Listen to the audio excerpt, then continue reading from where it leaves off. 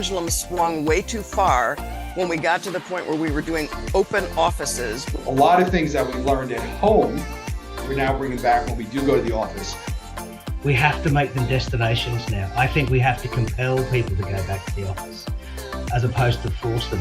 What I'm seeing is that people are redesigning the spaces less around being in the office and being at your desk all day, and more about making the office an attractive place to come in order to facilitate a collaborative discussion. Greetings and welcome to this third in a series of 5 IMCCA podcasts to wrap up 2023. I'm David Danto representing the IMCCA today, and I'm with my fellow IMCCA board member, Rich Sasson. This week's subject is designing the future-ready office. Has the pandemic and the new ways we've worked to survive through it forced a permanent change in how successful offices will be designed in the future? Let's hear what IMCCA member firms and industry analysts have to say about it.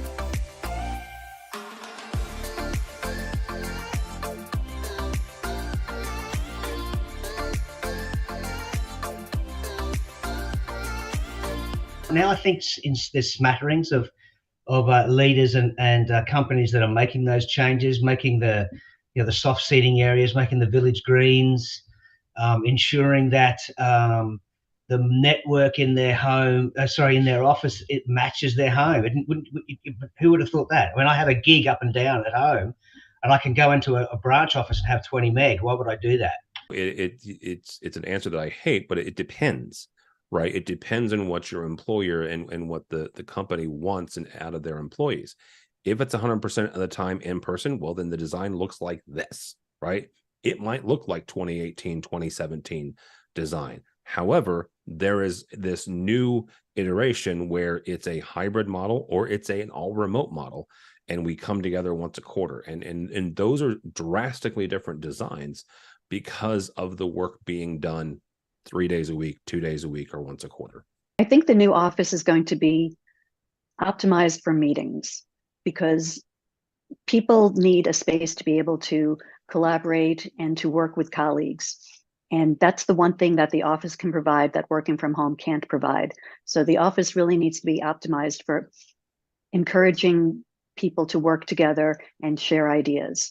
I think one thing that we could agree on is the open office is probably still dead. I don't think anybody designing offices today wants that open office. There's still, we understand now that there's a need for being around people and being able to get our work done.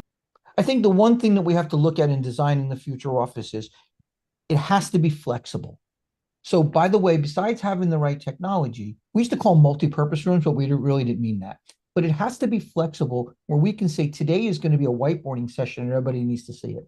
Tomorrow is just going to be a conference and people are going to collaborate together. Maybe on the third day, we're going to have nobody remote and just work. So I think one of the other things is, besides design, it's flexibility and easy to use technology. I'm seeing organizations thinking about what the office is for. If they're going to invest all this money in a space, like what's the actual business purpose? And I see organizations wanting people to get together. They want to have that collaboration. They want to have that in person. But they do have to have a compelling space and experience for the people to want to come in. And the best people get to pick and choose their role. So they'll pick and choose and work somewhere where that appreciates them and gives them the opportunity. So I think, yes, we're at the early days of this because you've got long leases, you've got long commitments to buildings. But I think certainly when you look at people designing new spaces, they're thinking about collaborative areas, they're thinking about experience, they're thinking about events. They're not thinking about cram as many desks in as possible, be that cubes or open space. The office is now starting to follow on with that, which is, how do we put together more collaborative systems? How do we put whiteboards in more areas so that people can sit and they can draw? How do we video enable areas that, before the pandemic would never have seen a camera, would never have seen the light of day in video because video was much more focused on, I'm going to sit at my desk all day or I'm going to sit in conference rooms all day. But now they're putting together cameras in front of whiteboards in common areas and that type of stuff so people can huddle around and all get together while still embracing a remotely connected office. they're getting a lot more soft seating areas and areas in break rooms where people can sit in non-threatening environments and much more social environments and share ideas and share concepts and take it forward.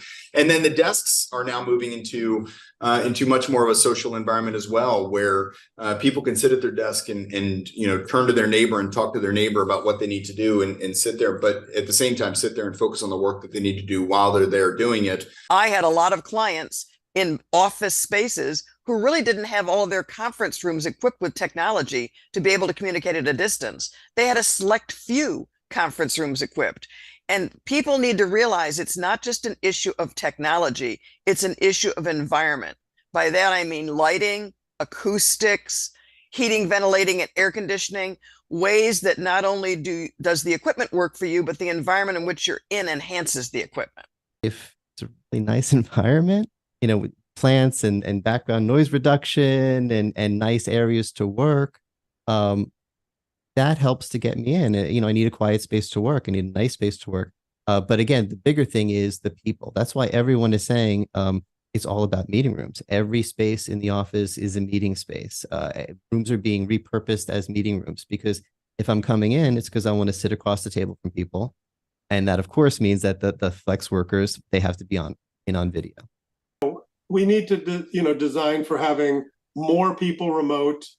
But in addition, especially if your organization is going to try to mandate or encourage or persuade people to come into the office more so than they would choose, then I think designing it means putting some incentives. So whether that's having a barista or free food or super funky, cozy chairs or collaborative spaces that are filled with, whether it's whiteboards or digital whiteboards or tools that they don't have at the remote location, so that they are encouraged to come into the office. Whereas pre-pandemic, we looked at boardrooms and conference rooms in bowling alley styles, long tables, display at the end, not much meeting equity, and that's a very popular phrase these days.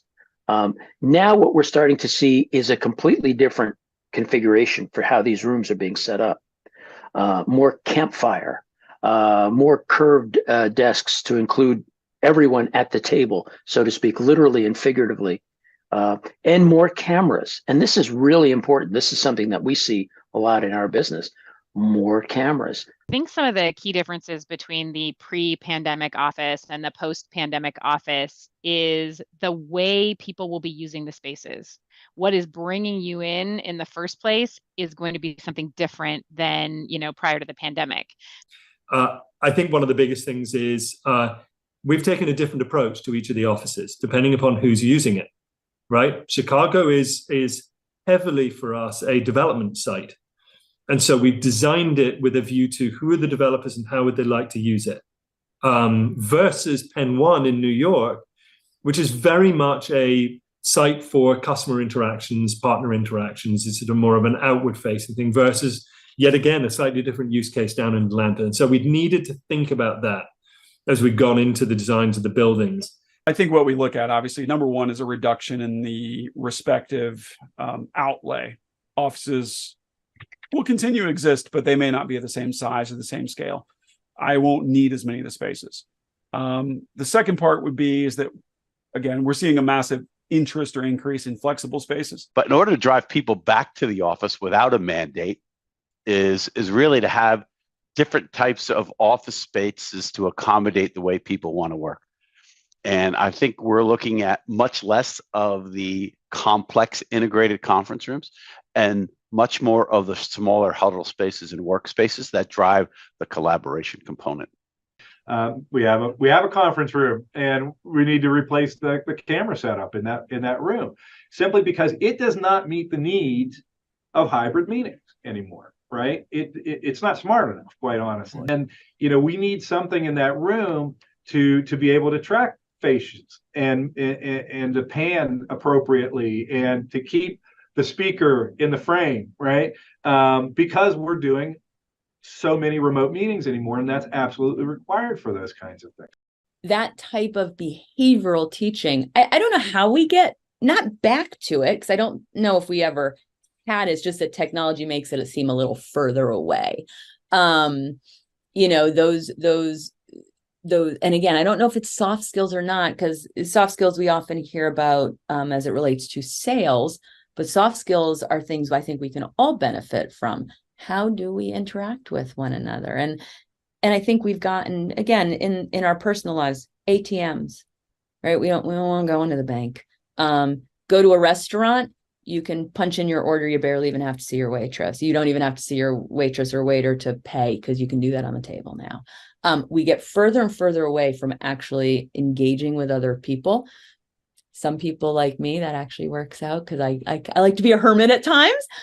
But it is a skill that you are not born with. It's a skill you have to learn, how to interact with people. You just don't know. And so I think, again, as you move forward, you just see, you know, there are things that we're not even thinking about yet, but maybe someone else is. And we need to say, well, you know, how does this impact, you know, adults? We visited some customer office, like they don't have any mandatory office date, and then their office is empty except the meeting room. So that, you know, all the no employee comes to just only for conduct their, you know, their own job, but then many people come to the office for the meeting. And but in the meeting room, all the meeting room turn on the Teams meeting.